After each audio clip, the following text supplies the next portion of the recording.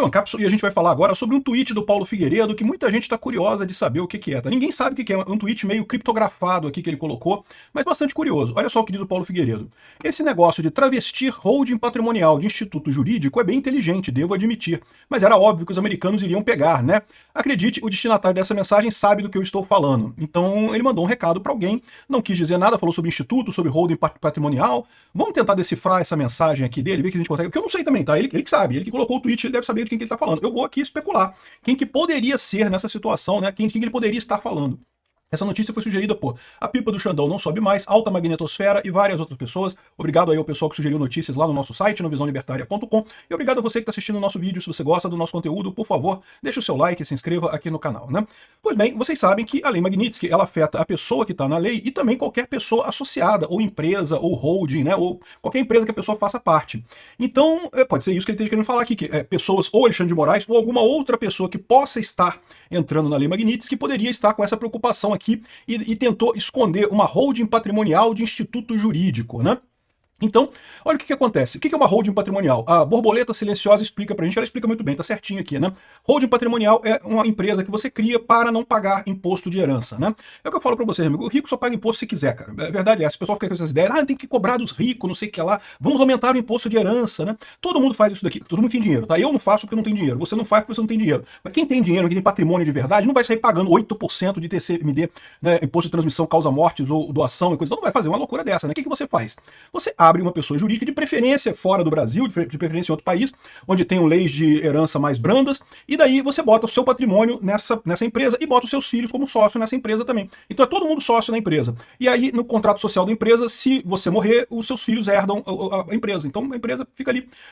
Teve transmissão, teve entrega de alguém para alguém? Não. Você simplesmente saiu da sociedade e eles continuaram a sociedade ali. Então, assim, é bom sobre vários aspectos, né? O que ela descreve aqui, ó. Maria e Vivi e José Xandão são casados e têm 2 filhos, o Francisco e a Ana, e tem alguns imóveis, alguns terrenos. Esse tipo de coisa tem custo, tá? Você abrir uma empresa assim, uma holding familiar, tem custo, tem que pagar advogado, tem que pagar contador. Então, assim, não vale a pena você fazer isso se você não tem porra nenhuma. Pra botar o quê? Vai botar as cuecas no nome da empresa? Ah, eu tenho 16 cuecas Orba pra botar no nome da empresa. Eu não vou fazer isso. Mas quem tem dinheiro mesmo, quem tem terrenos, imóveis e coisa e tal, faz esse tipo de holding patrimonial.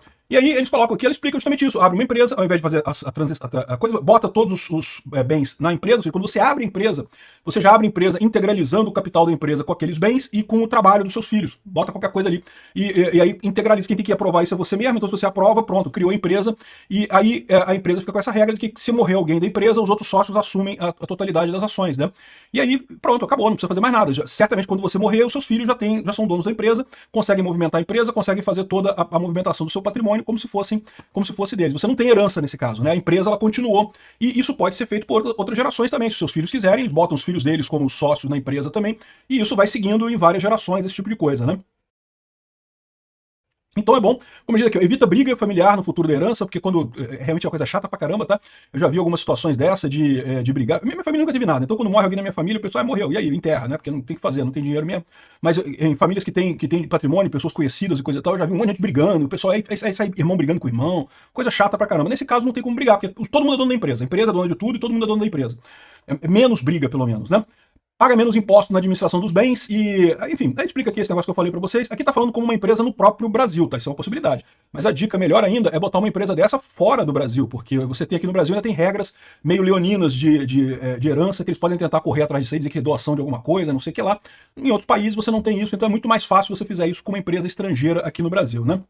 Enfim, aí, ou seja, o que ele está dizendo é que alguém está disfarçando uma holding patrimonial de um instituto jurídico, né? Então, ou seja, alguém que tem muito dinheiro, muitos patrimônios, muitos imóveis, está botando isso na forma de uma holding patrimonial que na verdade é um instituto jurídico. Bom, o que é um instituto?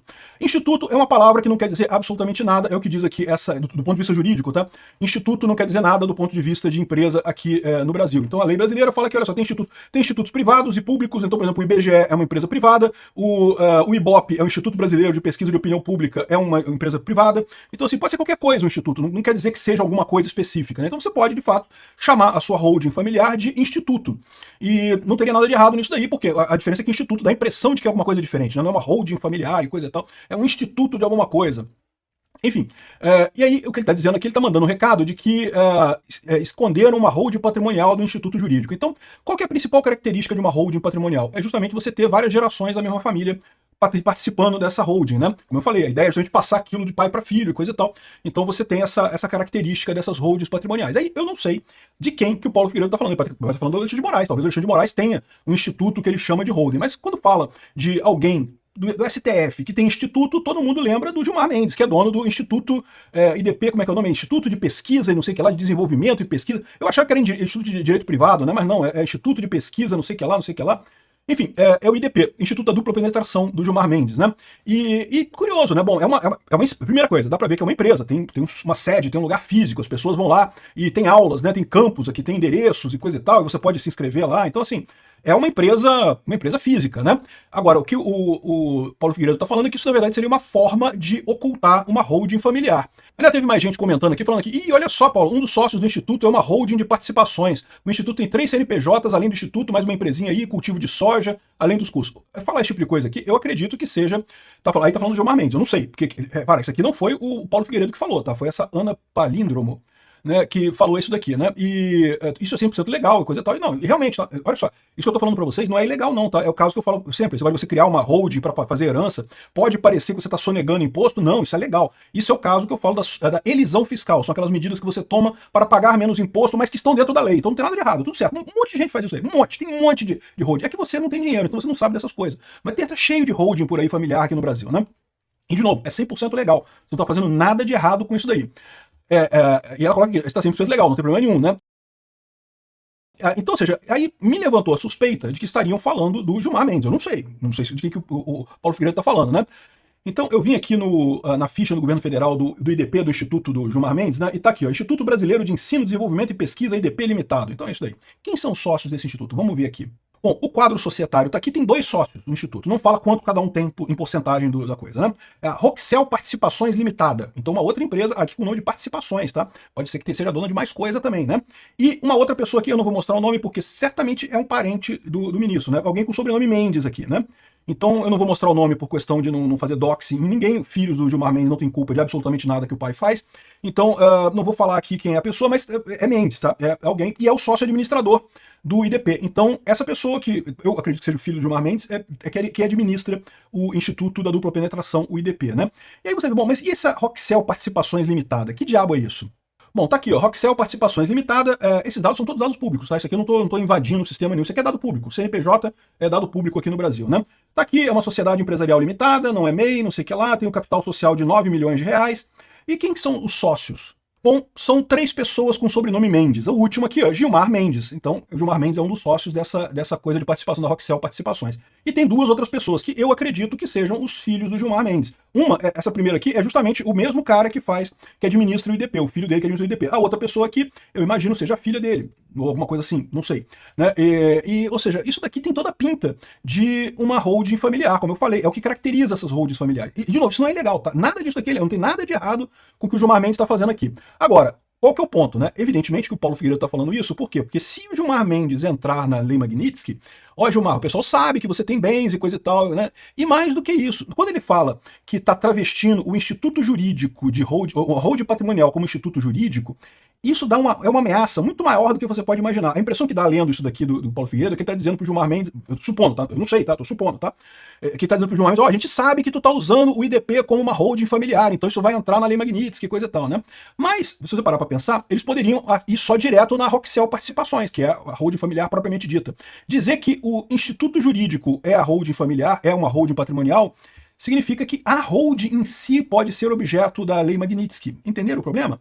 Hoje, né, por exemplo, o Alexandre de Moraes. O Alexandre de Moraes, até onde eu sei, ele não tem nenhuma empresa fora disso aí. Ele tem um escritório, né, mas o escritório está no nome da esposa. Mas não tem, por exemplo, uma universidade, fazendas e coisa e tal.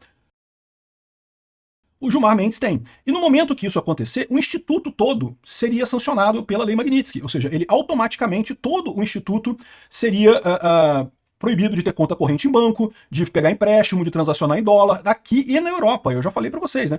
A Europa não vai ter nem dúvida de bloquear as contas todas do Alexandre de Moraes lá, porque do Gilmar Mendes, se o Gilmar Mendes entrar nessa brincadeira também, né? Porque se o Gilmar Mendes entrar na Lei Magnitsky, veja, é o que eu falo para vocês, qualquer pessoa que entra na Lei Magnitsky, imediatamente os bancos todos cortam conta corrente daquela pessoa, não tem nem dúvida. Aqui no Brasil, que os bancos ficaram com medo por conta do Alexandre de Moraes poder fazer alguma coisa contra eles. Mas lá na Europa, os bancos europeus, o Alexandre de Moraes não pode fazer nada contra eles, né? E daí, ou seja, a tendência é cortar as contas todas, bloquear a coisa toda. Inclusive do IDP. Então, o que está subentendido, se eu entendi corretamente, porque, de novo, o Paulo Figueiredo foi críptico aqui na mensagem, eu não sei se eu entendi direito, posso ter entendido errado. Mas se eu entendi direito aqui, o Paulo Figueiredo, o que ele está visando aqui para o Gilmar Mendes é o que a gente sabe da parada da sua holding familiar ali, da sua holding patrimonial. E vamos considerar o Instituto inteiro, o IDP inteiro, como uma holding patrimonial sua, e, portanto, vai entrar tudinho, meu amigo, tudinho na Magnitsky. Vai ser complicado, hein? Os professores do IDP vão ter problema para receber salário, hein? Não vai ficar fácil para o pessoal não, hein? Obrigado por assistir o vídeo até o final. Além de curtir, compartilhar e se inscrever no canal, considere se tornar patrocinador com valores a partir de R$ 1,99. Clique no botão Seja Membro abaixo para saber as condições e vantagens de patrocinar o canal. Mais informações sobre o nosso projeto, visite nossos sites indicados na tela.